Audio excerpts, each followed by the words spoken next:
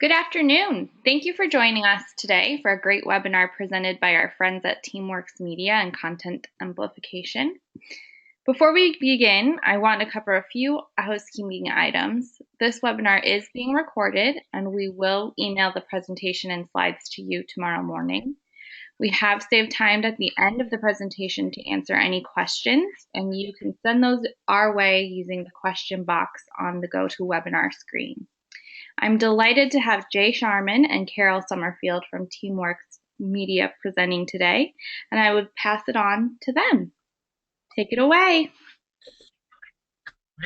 Thanks, Monica. Thanks for having us. We're excited that Converge invited us for this presentation called Trees Falling in Forest, Why Content Creation is Only Half the Equation. And what we're going to talk about today with my colleague and Chief Strategy Officer, Carol Summerfield, is content amplification. And we realized that there is probably a wide range of folks with, in terms of thought knowledge on this, and any one of the topics we're going to go into, we could really go deep in that. And so feel free to ask questions to Monica, and we're happy to continue those conversations afterwards. I think one thing before we jump in here about Teamworks, we are a purpose marketing company, Chicago-based.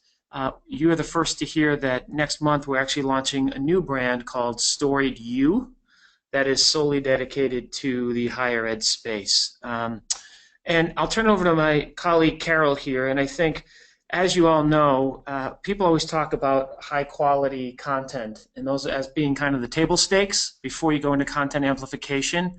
We will get to that in this presentation and mention it because it's always an assumed, but I still think at the heart of it, the nuance of what makes great content is kind of really important before you get into the amplification piece.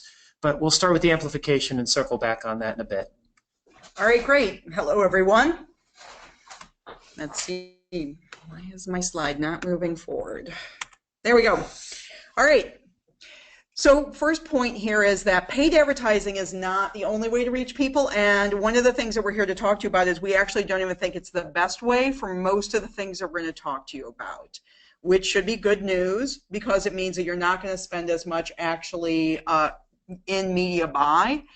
But it is labor intensive. There are a lot of things that require due diligence for you to actually do this correctly. All right, so one of the benefits that higher ed has over almost everybody else that we work with is that you guys have both content and you have reputation. That one of the things about anything that you are running is that people are going to assume that it is valid, true, researched, and has integrity. And it is backed by the reputation of your institution. So you have a leg up over a lot of other people who are going to be doing the same things that we talk about here. All right, so the first thing that we're going to focus on is the idea of narrowing your narration. You have a lot of people that you want to talk to, and we're going to talk about how to think about them in subsets that allows you higher lift off of the areas that you need to focus on. So one of the things that is a sort of a homework assignment out of this is to really think about where you have the opportunity for the most lift. Now this can be department enrollment, specifically to something like your, MBA program may need to increase the amount of people who are either matriculating or enrolling or considering. Lifting either a division of the school or a program's reputation by activities that are taking place. And then one of the things that I think we put in here because we think that it's an area in which universities could do a better job, and that is what we call the shiny new hire, where you actually have somebody that you've brought in that within a niche audience actually has panache, and how you harness that to help basically drive the upper 2 points, which is program reputation and department enrollment. And so we're going to walk through those things. I think one thing as we go through the examples is that we intentionally, knowing that you all have different areas, as Carol just alluded to, that could benefit from this, and there's a wide range of school sizes, programmatic needs, etc. We're going to use multiple different types of examples, but as we go through this, just keep in mind that you would be doing this linearly around one subject matter all the way through. We're going to use different examples to illustrate each point, however. Right, the model works regardless of what you're trying to talk to, but what we wanted to do was vary the example so it didn't look like something that could only work with one type of narration. All right, so where you start is engaging the loud voices. All right, so what does that mean? It means that we're going to look at who is out there that is already writing on and already talking to the people that you need to reach. And this can, again, when you're looking at how you're identifying these individuals, it is through what you want to reach. Is it department? Is it a discipline? Is it a category? Do you need to reach Hispanic students? Do you need to reach returning to school adults who've been in the workforce for a little while? All of those things you want to create a subset map for. All right, so when we're talking about how to find influencers, there are a lot of tools you can play with. The one that happens to be on the screen, the example that is pulled here, is from Keyhole, and it is a sample report for museum studies. One of the most important things about starting to work with any of these tools is you want to play around with them. It was really interesting pulling this example from museum studies because I tried several different iterations on Bazumo and could not get to the type of information I wanted. Different algorithms are going to get you different results. So before you invest in a paid service, play around as much as you can. All right, so when we look at where we are, and I don't know if you can see my cursor moving around, but on the right, this report from Keyhole gives you a lot of the starting points that you want. And again, keep in mind that there are starting points, but they're a great starting point. So you can see how often people over the course of the last week actually posted around museum studies. You can actually see in the upper right what some top posts were. What are people writing about that actually got shared? Then one of the most important things is top sites. One of the reasons that top sites is incredibly important is because subset audiences may not behave the way a standard audience does. So if you're going after 17-year-olds, Twitter might not be the place you start. However, with an individual subset audience, like kids who are really interested in museum studies, they will have found that that's where most of the information is, and they may be on Twitter, despite the fact that it's an anomaly for their age group. And this is one of the reasons that we talk about mapping subset audiences, because that kind of knowledge is really critical. Now at the bottom, you have most influential writers on this topic and recent writers on the topic. And this is just a laundry list. We'll go in next to what you have to do in order to figure out whether or not these are valuable people to engage with or not. But this snapshot gives you a lot of the initial tools to think about how you're going to start building your roadmap. Yeah, I think one thing here that'll be the theme as we go through this is really owning the niche, right? So if it's museum, if it's programmatic, or if it's a specific subject matter, if you're talking about engaging alumni, whatever it may be, if it's the prospect journey, it's really owning that niche all the way in. And one thing that we would suggest is piloting this, right? So if you take something like, as Carol said, on your homework assignment, and really digging in deeply, because what you'll find is as we go through this, you'll start to connect the dots, but this is really, okay, where is the pond that we should be fishing in? And this is what helps you find the pond. All right, so in the process of evaluating those people listed at the bottom of the page, you're going to find that bigger is not always better. And by bigger, I mean more followers.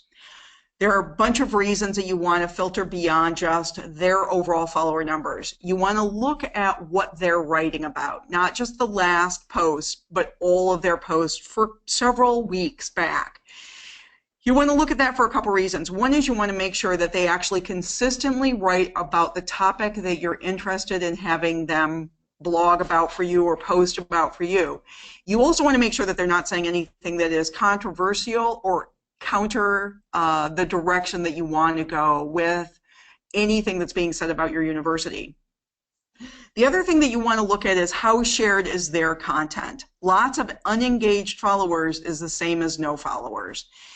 Look at how many times they're retweeted. Look at how many times their posts are liked. Look at the reach that they have beyond just who follows them. Because these are all critical signs as to whether or not they're going to get eyeballs on your stories. All right, so these are folks that we're going to refer to as ambassadors. With ambassadors, what we're looking at are individuals as opposed to publications, people who are out there writing about or talking to the audience you want to reach. So the example that we pulled here is aerospace and aeronautics. So if I wanted to expand my science programs that actually focus on this area, I'm going to look at a couple things. And these are some examples that I pulled just from people that I actually follow. Scott Kelly just got back from the International Space Station. He has over 1 million viewers. He is also incredibly active. Any tweet by him is just an enormous hit for any university. Ditto with NASA. So these are folks who have a very wide spectrum reach. A lot of the folks that follow them, the vast majority of them, are probably not your target market. But your target market is mixed in there somewhere, and that reach may be valuable. But then Soichi Noguchi, who is now on the space station, doesn't have as many followers. He's at 500,000. He might be more focused on your target. All right, so how do you know? So we're going to dig into Peggy Whitson. Peggy is the director of the NASA Village, which is a training program that high schoolers can use to actually have summer camp kind of experiences.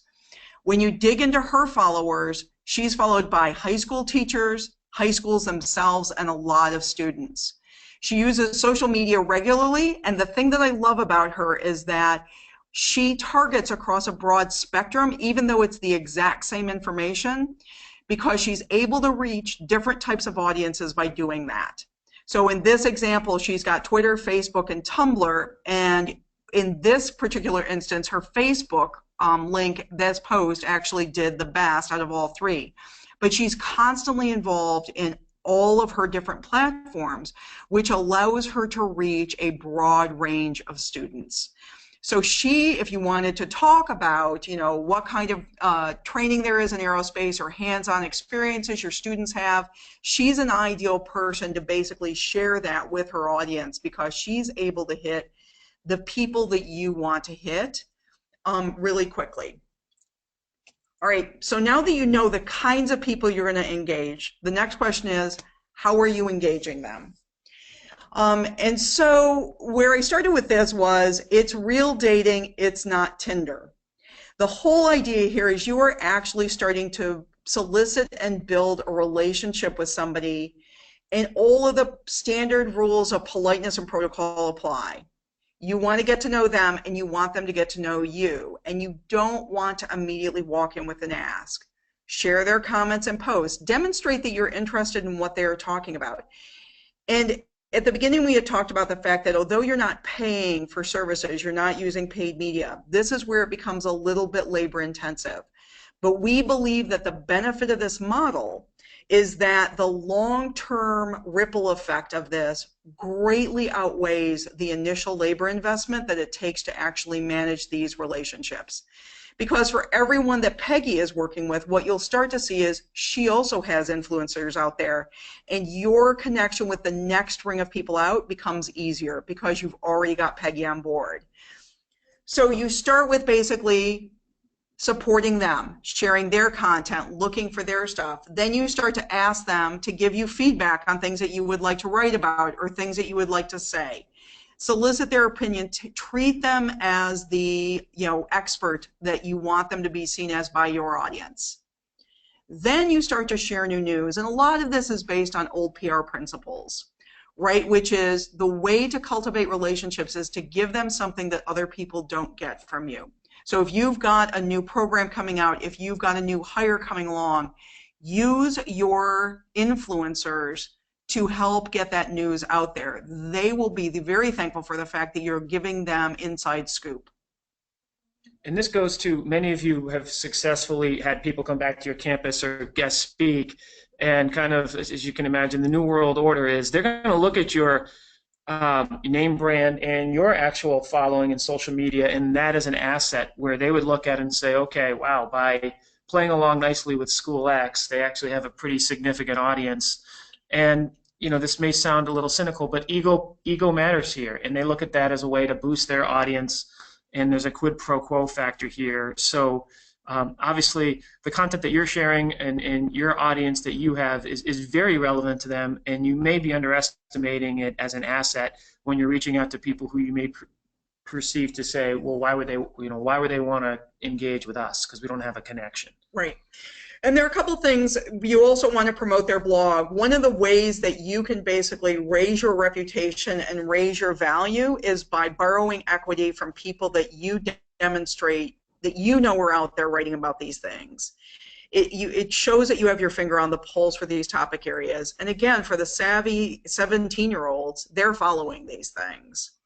So you want to promote their blog, ask them to write for you. Having guest writers with a name brand is incredibly valuable, and a lot of these folks will be flattered that you ask. Another derivative of that, which we found even be more effective, is ask them to be interviewed for you to write something on them.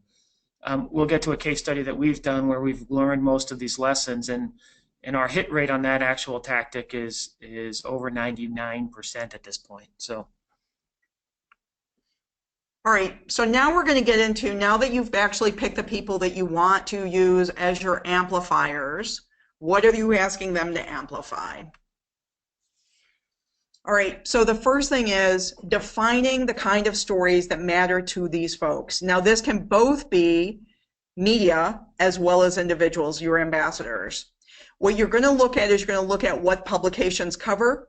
Lots of publications have expressed that they really want to do extensions off of stories they've already done for two reasons. One is the fact that they ran those stories means that they've already done the heavy lifting to know that this is something their readers are interested in. So continuations of those topics, really important for them. The second thing is that they want to demonstrate depth and breadth in the way they cover those topics, particularly when you're working within niche narratives.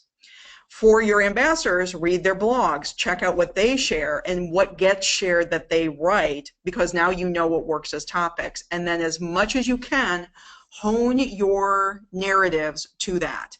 And it's really important that this not read like a standard PR release. The goal is to figure out what the audience is interested in and then harness your narrative around that. And out of that, you get reputation lift because you're involved in what that topic is. So on the right, what I pulled were just some examples. Northwestern University is working on desalination through their nanotechnology department. It was really interesting coming up with an example that worked with this. When I actually search on nanotechnology in Northwestern, what I get is a bunch of Northwestern publications.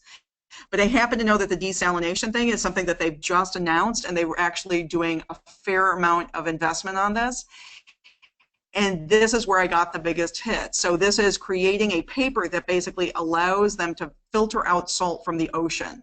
It's timely, it's incredibly important, it's very niche targeted.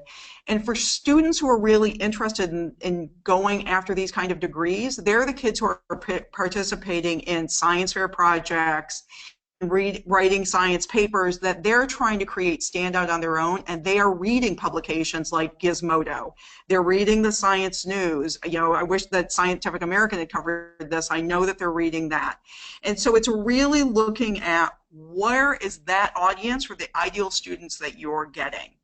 And again, it might not be this level of academic, but think about what it is these kids are going to be interested in the fields that you are talking to. And if this were a separate example, this goes to that point. Earlier we had examples of NASA and science and finding the pond and then finding the ambassadors. Here's an example. We're using a different example here, but this is where you would take your subject matter linearly. You found the pond where you need to fish in. You've looked at the key influencers in the group and started developing that list of people who you're targeting. Now in terms of the content that you're creating, this sounds really nuanced, but it's a big difference. It's that point of Northwestern should not be in the first line. It should be, you know, metaphorically in the last line. The innovation about desalination is the hook, and that's the authentic piece that you know, Gizmodo and Phys.org and SciNews.com are most interested in. And so I think that's getting that mindset of how is what I'm doing helping the community that cares about this first. Oh, by the way, Northwestern was the one that did it. That kind of the brand is second to the information that you're giving to the community, is really important to own that nuance. Right, because in some ways that actually makes the narrative more impactful for your brand as opposed to less. All right, the other thing, and again, for some of you, this might not be even remotely new news, and that is mix your media. One of the things to really consider is going beyond traditional publications. The number of bloggers and YouTubers that have enormous reach to the teen market is almost beyond belief. You know, one of the top 10 YouTubers actually regularly talks to 17-year-olds about how do I make my life decisions. He's got multiple millions of followers. So when you're looking at who is out there actually talking about the topics that you need to get amplification on, go beyond publications, because it's a critical way to reach the younger audiences. All right, so now we're going to talk about examples, right? We threw a lot at you, so what does that look like? And so what we're going to do is walk you through three different ways that this works. Right, so this happens to be MSU has a class on zombies that attracts kids who are really interested in television, also just really interested in kind of wonky alternative class. They want something that's a little fun and a little dynamic and avant-garde and different.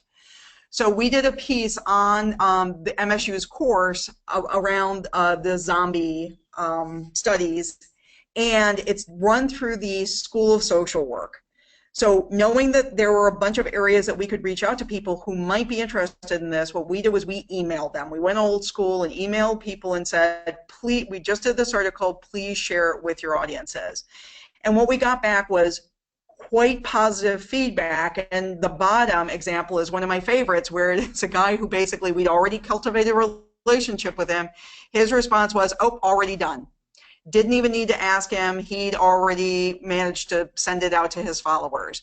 That's what you want to see. You want that kind of reciprocal relationship, so you don't even have to do the ask after a while.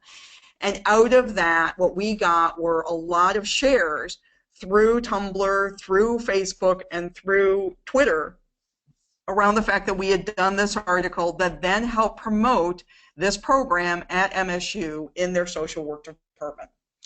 And I think this is the type of thing, like this slide, any one of these slides we could go 15 minutes on, but you know, I think this is where the rubber hits the road, and that is most of our clients find that just by tagging, right? So in this case, if you do a story on something at your school and you're targeting an audience, that you just tag it on your different social media platforms, and that's how it connects the dots. That's just the starting point. Like this is, like Carol said, old school PR. Looking at those influencers that we talked about, and these are traditional media, non-traditional media, bloggers, whomever, like the key influencers that you start, and make it manageable, right? There's way more people than you'll probably be able to get to in your niche at any one time, so bite off a little at a time. And you reach out to them, look at their homework, reference what they're doing, and you know, you make an authentic ask. What's indefensible is that in most cases, the subject matter is of interest to them, and they will listen and will read this. And so it's just that old school cultivation of a relationship of someone who has a pretty large megaphone. All right, so we've spent a lot of time talking about content areas that are basically tied to departments. All right, so let's talk about whether or not another way to look at it is, am I reaching out to a different age bracket of students? Am I reaching out to a different ethnicity of students? And you're also going to follow the exact same model.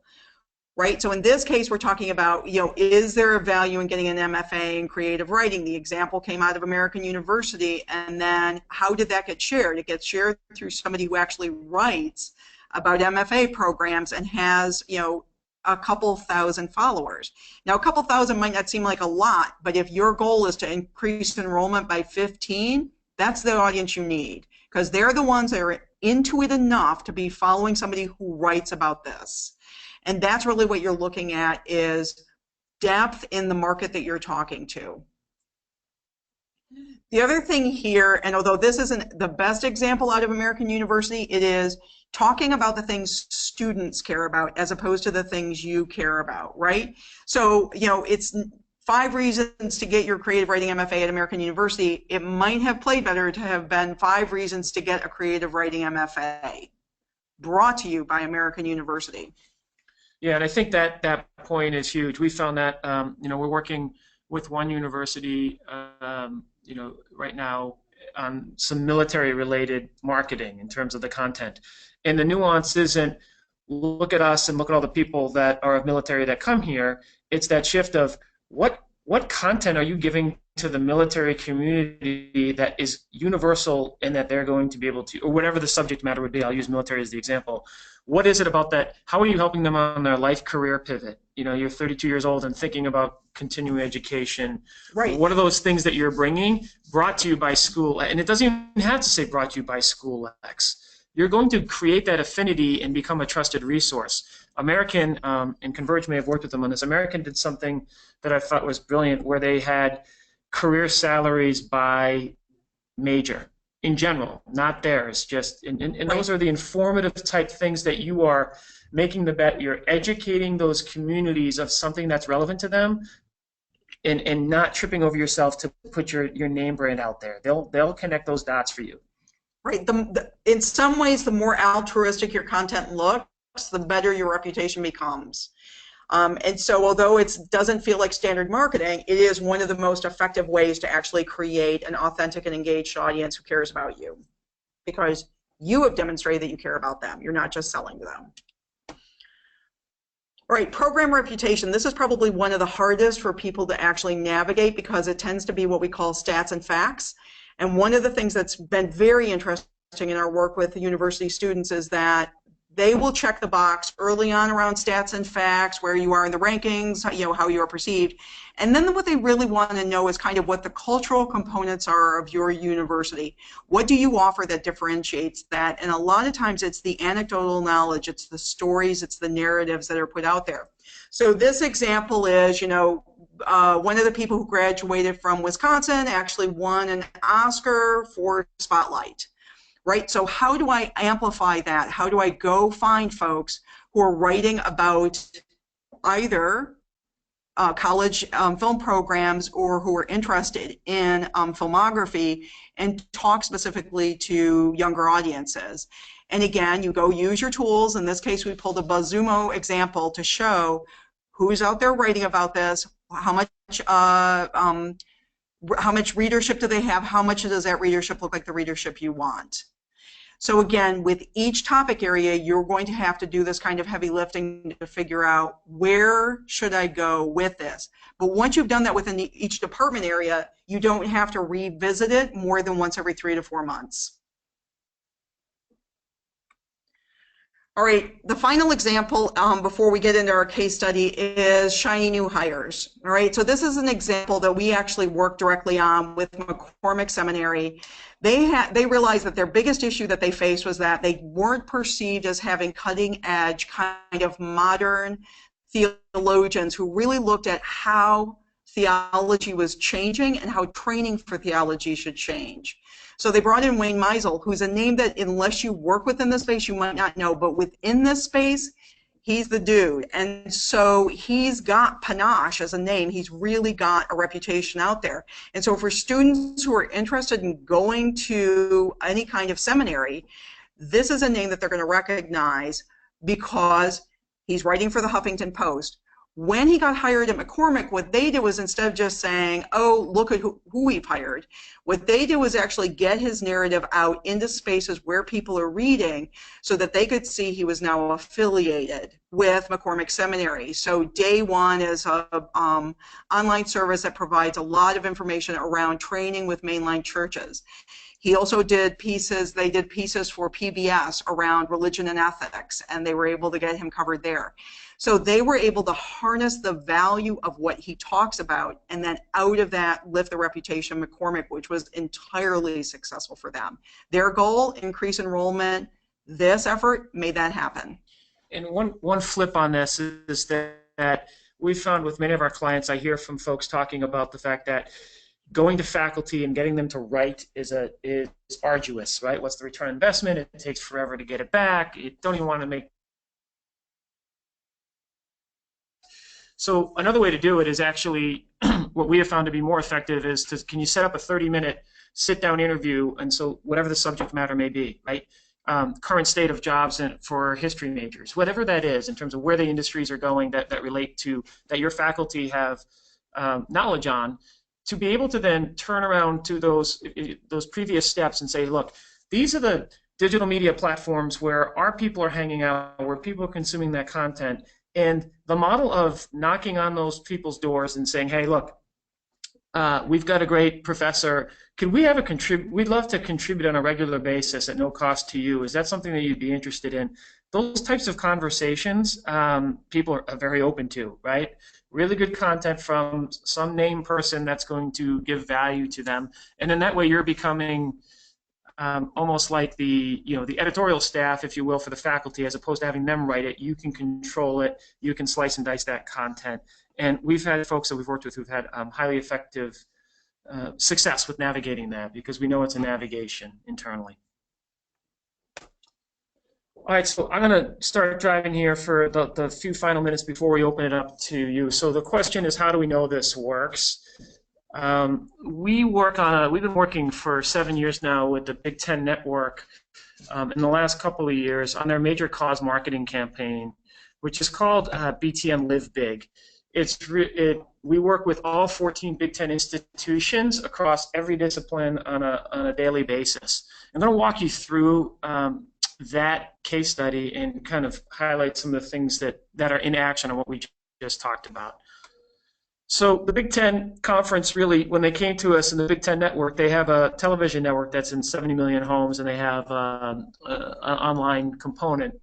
They really wanted the Big Ten Network, help each of the 14 institutions do what we're talking about with you. Highlight it to perspective, using the platform of a sports television network. How can we highlight all the good that the schools are doing to reach prospects, to reach alumni, several different stakeholders and audiences, right? Create brand, and what we talked about was creating those brand ambassadors, engaging alumni, the faculty and the staff, and the students to leverage the good that they're doing beyond the classroom. So we really took the concept of what was originally just made for a television campaign several steps further and created an online community, which is really a media company within a media company, if you will. We are the white label behind it. It's branded all BTM Live Big. We're going to walk you through what's included in that and how we do it. So the three things we talk about are quality, reach, and volume. The stories have to be high quality. We need to create reach to get these stories out there, and there's a volume and frequency that we use that helps people get conditioned to the fact that they're going to be receiving stories of inspirational works from the Big Ten community. So for context, we're doing 42 one-minute video vignettes, and this number is actually closer to 300 online stories or blog posts. And we do everything, and there's 4 social media channels. It's daily content marketing. So we are finding the stories, telling the stories, and sharing the stories in front of the audiences that each of the 14 institutions care about. So how do we do it? We source the stories, and we do this by creating relationships. We're at the point now where we have people at the engineering schools within these universities reaching out to us when they have something that they think fits. It takes a while to build. It's taken a couple of years to get to that point, but it's building relationships with folks like you that are on the call to actually create that two-way dialogue.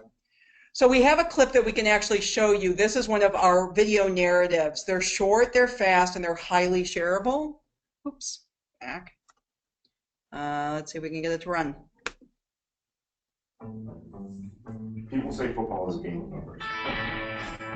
I think I'm qualified to speak to that subject. I earned a bachelor's degree in math in 3 years, and my master's in May 2013. Carrying a 4.0 GPA and working in the second half. The football numbers that matter most to me are the ones printed on our jerseys. Each represents a student. Together, they make a team. So anyway, most of them are 1 minute or less, and we do that intentionally because of the metrics around shareability. People just won't stay on longer than that.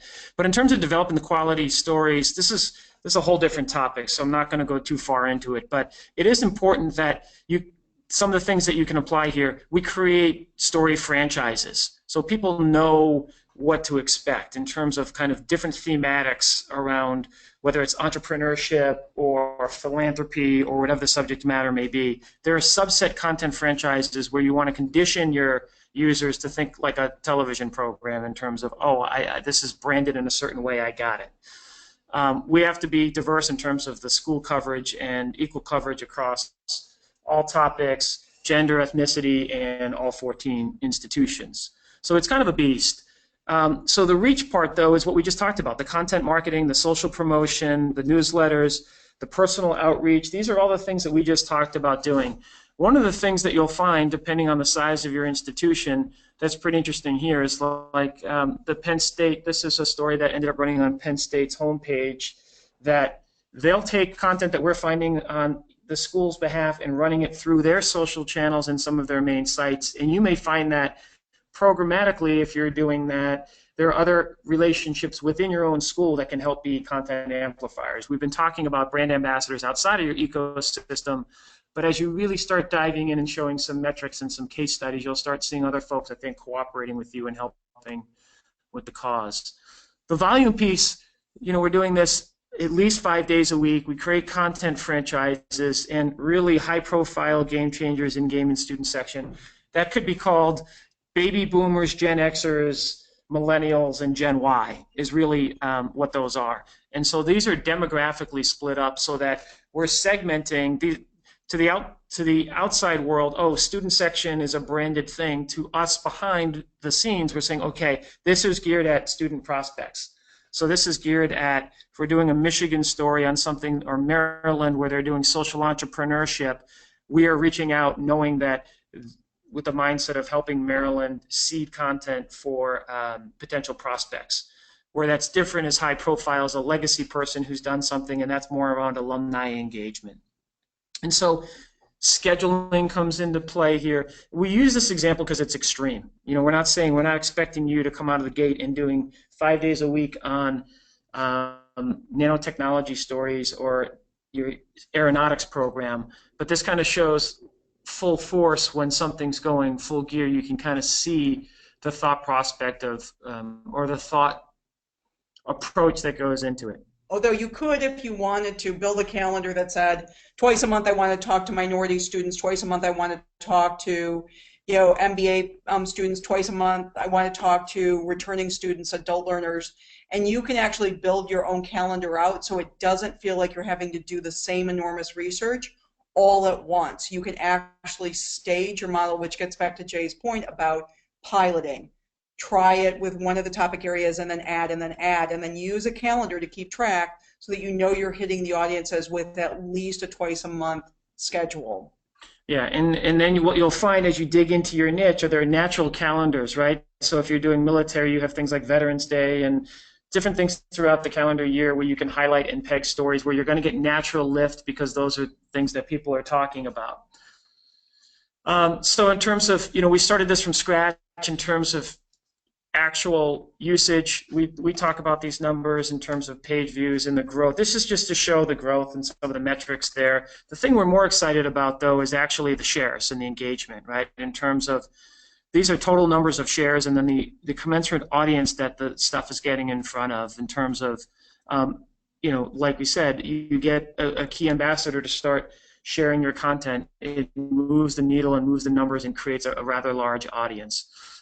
In terms of results as it relates to, this doesn't directly relate to an increase in 17 new applicants for a program. We get that. But I think overall you can see, engagement leads to action. What has happened is that universities have had people reach out to them directly to re-engage with them for being thankful for being included and profiled, and those types of anecdotal evidence where there's been a significant bottom line impact. So, I think one of the things that we really do is we want to put measurement on it in terms of looking at it, adjusting, seeing what works, experiment, see what tracks, follow how this actually plays into your, if it's a prospect journey, into your prospect journey, looking at the social engagement and just using it and no going in. You're not going to get it all right out of the gate, and you're constantly iterating. But as you, the thing that BTM Live Big is rather broad, and what we've been talking about here is go specific, right? On your, there's no such thing. You can own your niche, and our question is, why not you? That's our little summary statement. Obviously, good content, strategically shared drive results. Good content alone will not do this. You really do have to find a way to get it to the broadest audience possible. Right, and then next. All right, so a recap. You want to start with tools that allow you to go identify relevant influencers. You also have in your roster the ability to go talk to students, particularly your freshmen, about where they get information. They're about the target age that you're getting if you're going after prospective students. Ask them where they read. Ask them the kinds of things that they follow. Then you're going to borrow those influencer voices. You're going to cultivate them. You're going to support them, and then you're going to ask them to support you. And then out of that, what you want to do is establish your content goals and your content calendar to figure out how to best hit the areas in which you were being tasked to increase whether or not it's prospective students or engagement or faculty profiling. All of these things work for any one of those topic areas. All right, so now we're open for questions.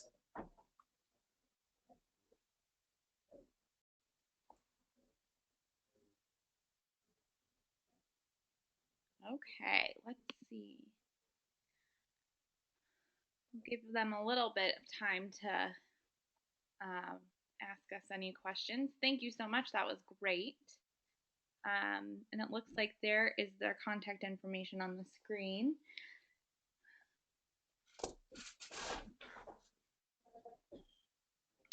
Can you talk a little bit more about the tools that you mentioned using? Do you use all of those, or is there one you would recommend over another one?